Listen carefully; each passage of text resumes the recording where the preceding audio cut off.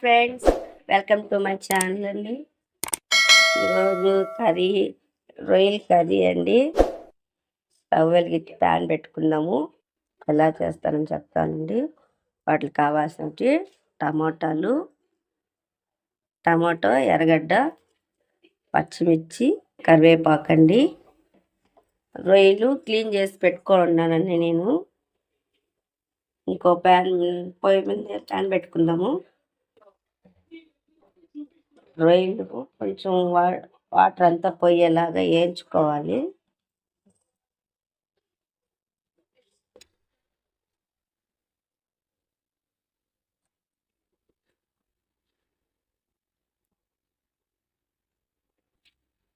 Oil వేసుకుందామండి.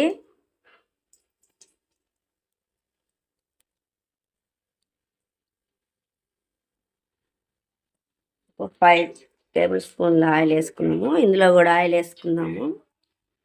ఇది రొయ్యలు కొంచెం ఆ స్మెల్ రాకుండా, అందులో వాటర్ ఉంటుందండి, ఆ వాటర్ అంతా పోవాలి. అందుకనేసి కొంచెం వాడ్చుకోవాలి రొయ్యలు వరకు తనీగా.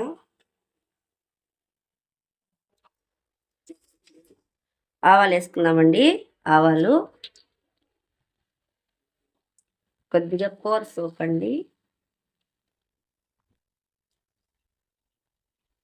ఆనియన్ వేసేద్దాము.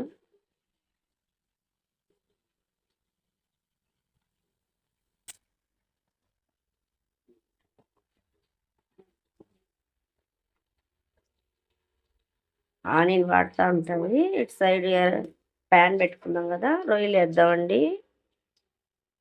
రొయ్యల్లో వాటర్ అంతా ఎన్నీస్ అంతా ఉంటుంది, అది ఎంత పోతుంది. కొంచెం సాల్ట్, కొంచెం పసుపు వేసి బాగా వాడ్చుకోవాలి ఇవి.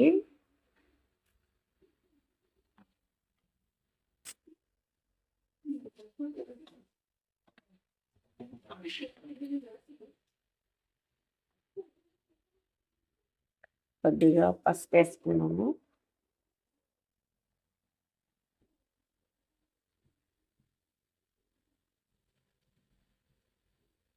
కొంచెం ఉప్పు అండి, కొద్దిగా అది వాడడానికి మాత్రమే వేసుకోవాలి.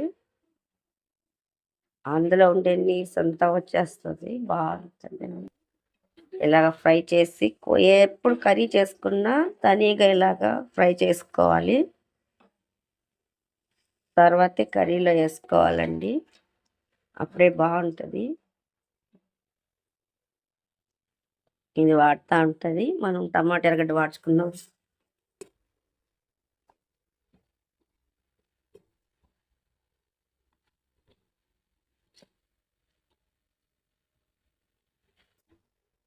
పచ్చిమిర్చి అండి, సన్నగా కట్ చేసుకున్నాను.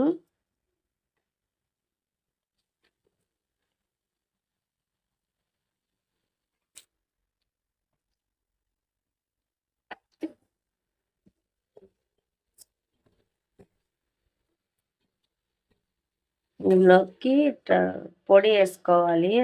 పొడి అంటే ధనియాలు, మిరియాలు వేయించుకొని పొడి చేసుకోవాలండి. నేను ఆల్రెడీ ప్రిపేర్ చేసి పెట్టున్నాను చూడండి. ఇందులో తెల్లగడ్డ కూడా వేస్తున్నాను. నేను ముందుగానే ఇలా చేసి పెట్టుకుంటానండి, మీకు చూపిస్తాను వేరే వీడియోలో. ఇది చికెన్కి వేసుకోవచ్చు, చికెన్కి, మటన్కి వేసుకోవచ్చు. ఇలాగ కర్రీస్ చేసినప్పుడు కౌస్ ఏం చేసినా చేసుకోవచ్చండి మీరు.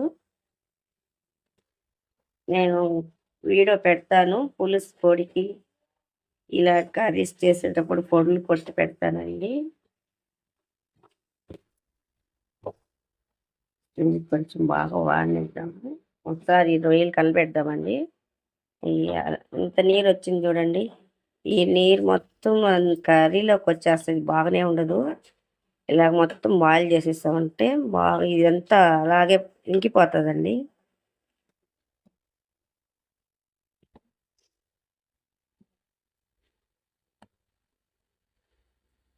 ఇందులో కొంచెం ఉప్పు వేసుకుందాము. ఉప్పు అండి, రుచికి సరిపడా ఉప్పు.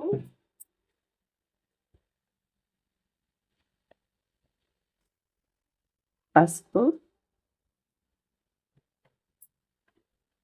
బాగా వాడనిద్దాం ఒక 2 నిమిషాలు.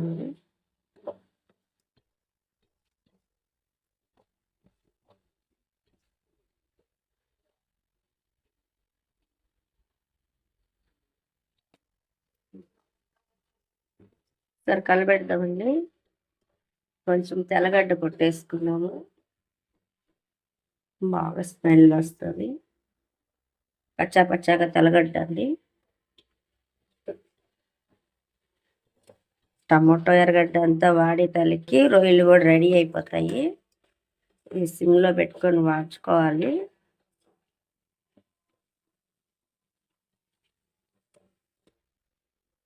ఒక 2 నిమిషాలు వాడనిద్దాము.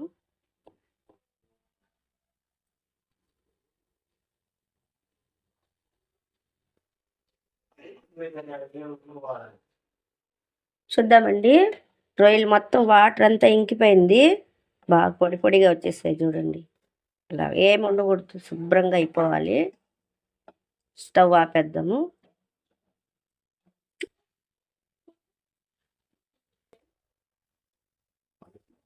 ఇంత రెడీ అయిపోయిందండి. ఇప్పుడు కర్రీ ఉంది కదా, అందులో వేద్దాము. టమాటా, ఎర్రగడ్డ వాడేసుకున్నాం కదా, ఇందులో వేసేసుకున్నామండి.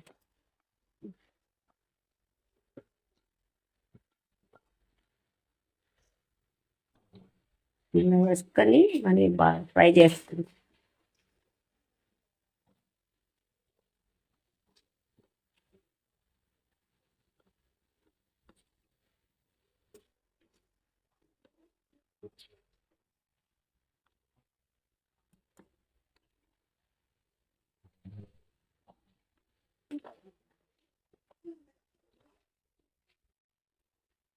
మిరప్పొడి వేసుకున్నాము.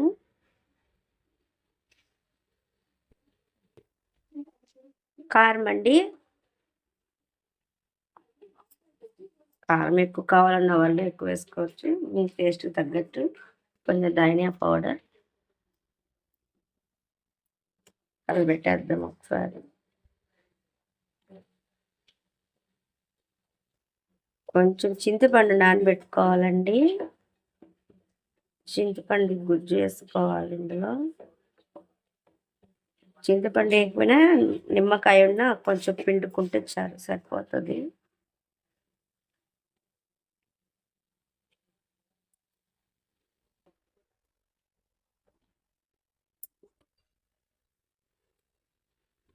చింతపండు తీసుకున్నానండి నేను. ఇది సరిపోతుంది. కలిపి ఇందులో పోసేస్తాను.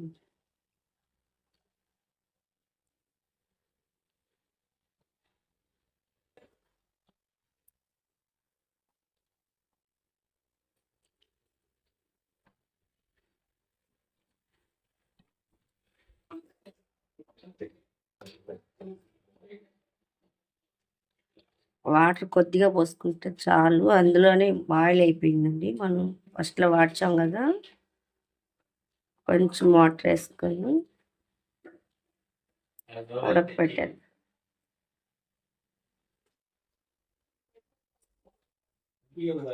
వాటర్ వేసుకున్నాం.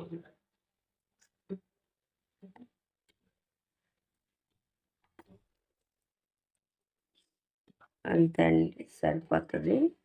ఒక 5 నిమిషాలు మూత పెట్టేద్దాం, బాగా ఉడకనిద్దాం.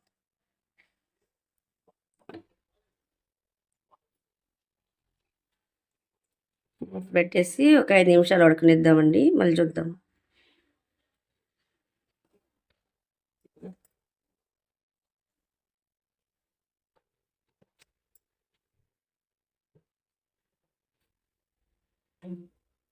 ఒకసారి మూత తీసి చూద్దామండి.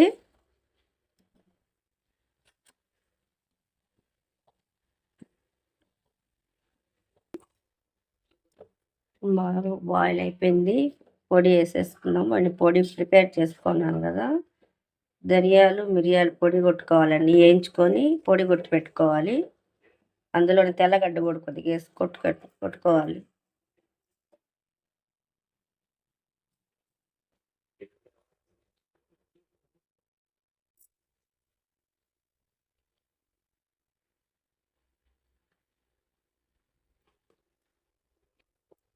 ఒకసారి కలిపేద్దాము.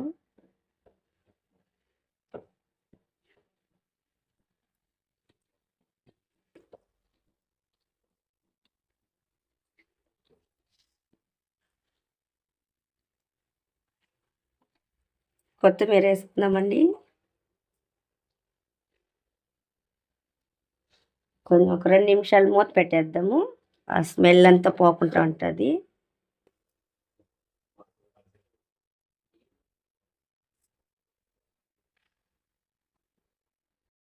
ఒకసారి మూత తీసి చూద్దామండి. రెడీ అయిపోయింది. మొత్తం ఆయిల్ మొత్తం పైకి వచ్చేసింది చూడండి. ఒకసారి కలబెడదాము.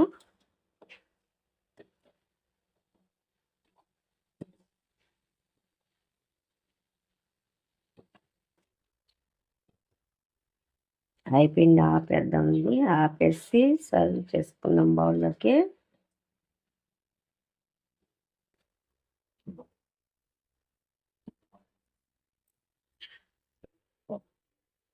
బౌల్లో తీసుకుందామండి. నా రెసిపీ మీకు నచ్చినట్లయితే లైక్ చేసి సబ్స్క్రైబ్ చేసుకోండి. అలా మీరు ట్రై చేసి ఎలా ఉందో కామెంట్లో చెప్పండి.